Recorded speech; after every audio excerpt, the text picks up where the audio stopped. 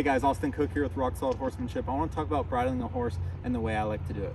I simply reach over my horse, hand myself the reins, slide the reins over their neck, then I reach over and grab the headstall, put my arm right through their ears, slide it over their nose like so, get a hold of the bit, spread the bit apart with your hand, put your thumb in their mouth, and gently slide it up like that. Now when you're just training a horse, what you want to do is let it right back out once they calm down. Okay, so when I'm first starting a horse, wait for her to kind of calm down and then just let the weight of it drop out. And then do it again.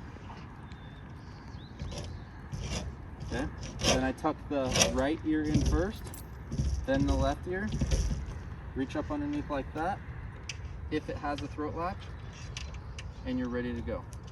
So the main takeaway is reaching over to hand yourself the reins or the headstall and putting your arm through the ears to invite their head to come down.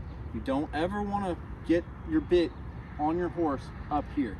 If it's up here, then you haven't done your homework properly in bringing their head down and doing it right here with their head bent towards you.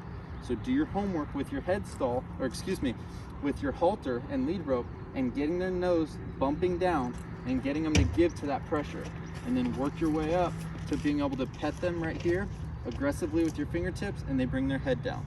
So it's another exercise you work on, is you pet really softly between their ears, then build in pressure, and when they give their head, stop. Okay, so that's the way I like to bridle a horse. If you guys have any questions, let me know in the comments and we'll see you on the next one.